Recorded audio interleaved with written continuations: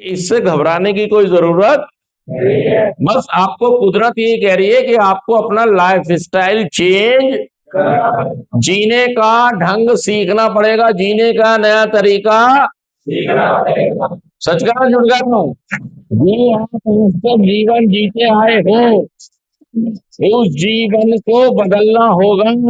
अभी तक आप जो रसगुल्ले खा रहे थे, खीर खा रहे थे, पंडित जी अब ये तरीका बदलना पड़ेगा। बस इतनी सी बात थी और मैंने सर पर्स और पहाड़ सर पे उठा लिया भाई साहब। मैंने, अरे ये क्या हो गया, मैं डायबिटिक हो गया। अरे भाई साहब, डॉक्टर ने कहा ये कुछ नहीं है, ये तो सिर्फ आप जो जिंदगी जी रहे थे, आपको अवेयर कर दिया कुदरत ने कि अब ऐसे नहीं, अब जीना ऐसे है, क्योंकि आप एक खास बीमारी से,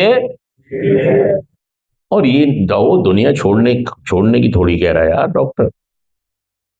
वो तो ये कह रहा है कि तुम्हें ये रोग है,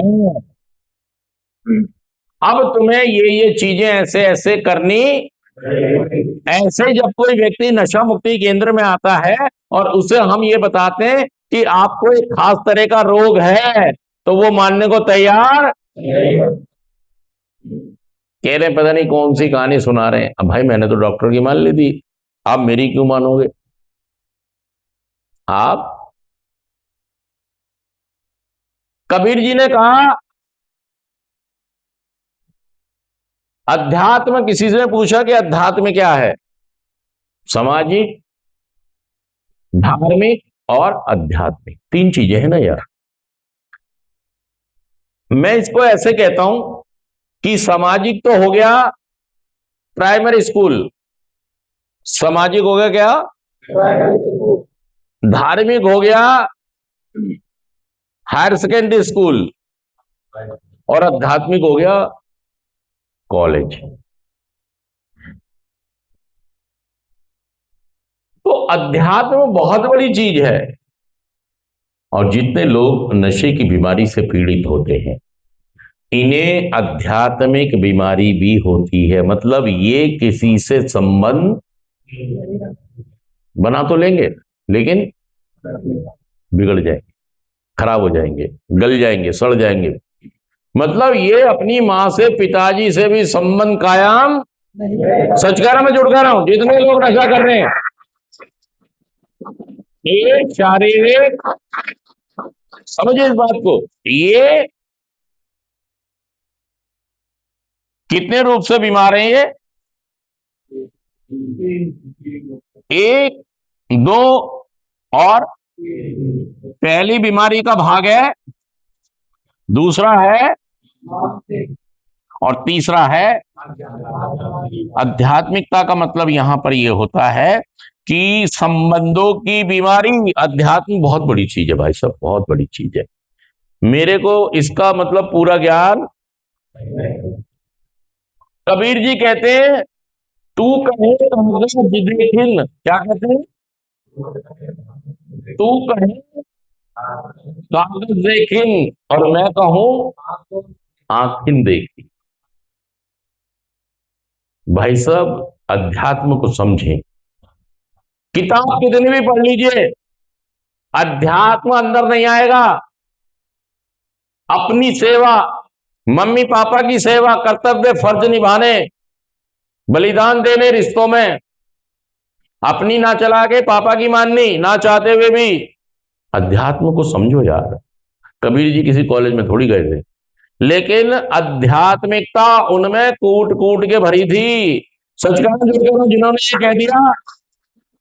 जिन्होंने ये कह दिया कि माटी कहे कुमार से तू क्या रोंदे मोए, एक दिन ऐसा आएगा मैं रो दूंगी, तो उन्होंने कह दिया कि रहीमन हीरा, रहीमन धागा प्रेम का मत तोड़ो चटकाए।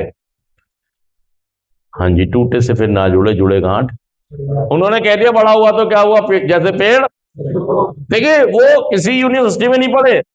कबीर जी कहते हैं, तू कहे कागज देखिन, मैं कहूं आंखन देखिन। तो दोस्तों, मैं अगर अपनी बात करूं तो मैं, मेरे पर बीती है ये, मेरे पर ये समस्या, अध्यात्म को समझो। इस बीमारी का अगर सबसे कोई खतरनाक पार्ट है तो वो कौन सा पार्ट है? आध्यात्मिकता का मतलब है संबंधों की बीमारी है। अगर हम इसको शॉर्ट में समझें, देखिए मैं ज्ञानी नहीं हूं, मैं दार्शनिक भी नहीं हूं, मैं एक रिकवरिंग हूं।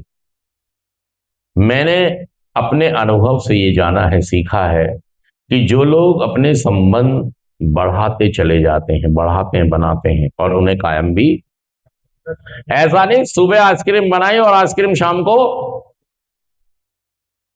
एक नशे वाला जितनी जल्दी संबंधों को बनाता है उतनी जल्दी ही, सच कह रहा हूं, उतनी ही जल्दी वो ताली में बजा रहे भाई साहब।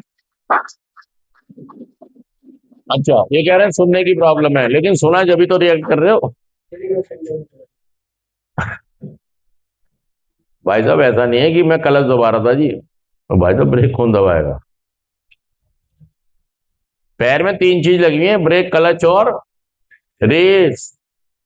कि जी मैं रेस दे रहा था गाड़ी को, इसलिए ब्रेक भूल गया। अरे भाई साहब, जब गाड़ी चलाने सब काम करने ना, सुनना भी है। और ये कह रहा जी मैं सुनने पे ज्यादा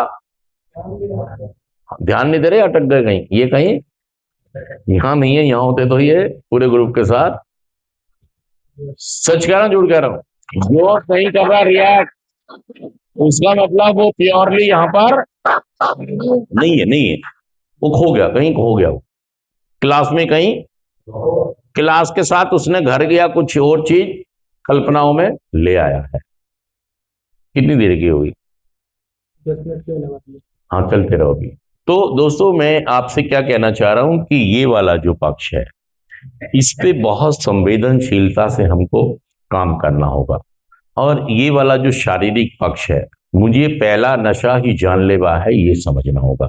बहुत सारे लोग इस प्रोग्राम को करके नशा मुक्त हुए, आप भी नशा मुक्त हो सकते हैं। बस इसको समझे कि मैं एक खास बीमारी से पीड़ित हूं। जैसे वो शुगर वाला मीठा नहीं खा सकता, ऐसे ही मैं किसी भी तरह का कोई भी पहला नशा करूंगा तो मैं बहुत बड़ी कीमत चुकानी पड़ेगी। दोस्तों आज तक मैंने जितनी चुकाई है, इसी से मैं बर्बाद और तबाह हो गया, आगे नहीं करूंगा। सच कर मैं झूठ कर बताइए बात, बहुत बड़ी कीमत मैंने इसकी चुकाई है।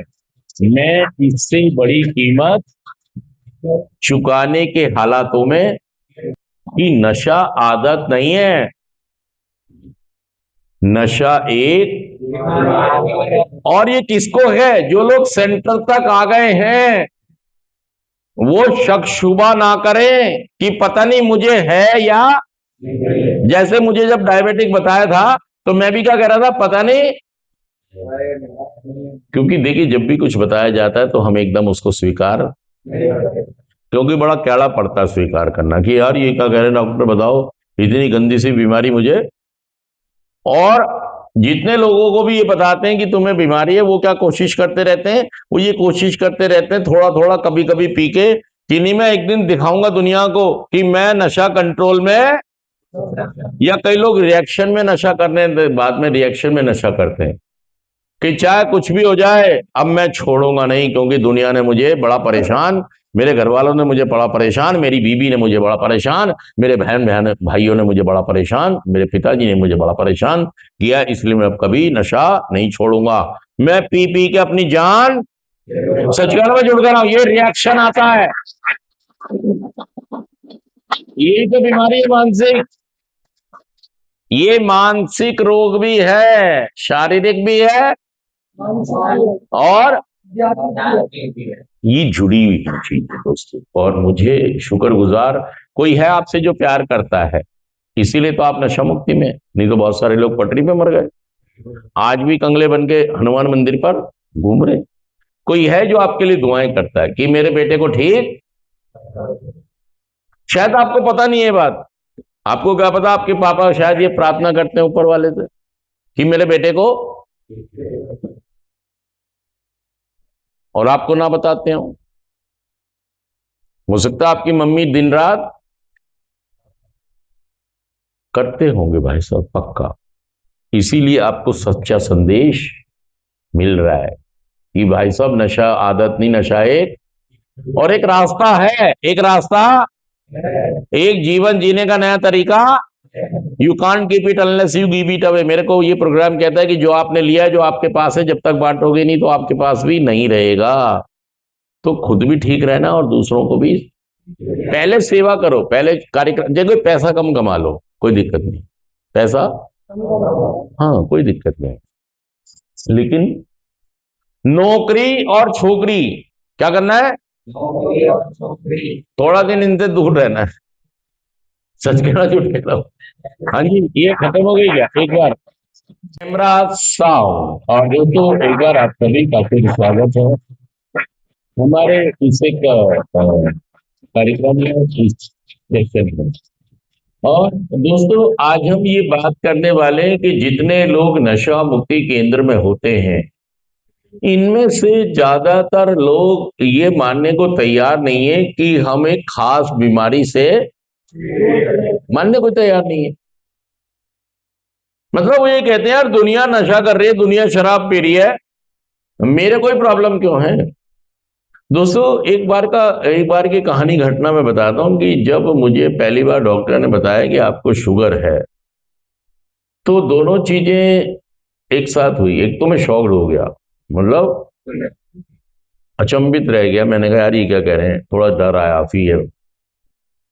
और दूसरा मुझे अविश्वास हुआ कि यार ये डॉक्टर से कहीं कोई गलती तो, क्या कह रहा है ये।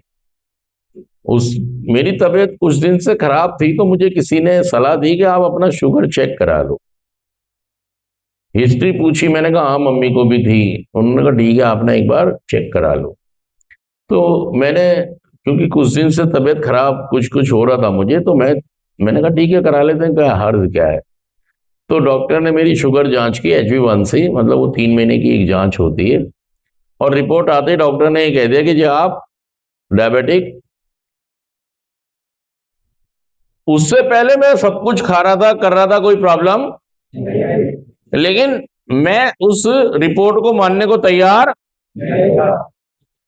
मैं कह रहा था नहीं नहीं दूसरी लैब से भी कराओ, नहीं नहीं तीसरी से भी, क्या पता मशीन खराब हो या कुछ गलती लग गई हो। मतलब मैं स्वीकार करने को तैयार।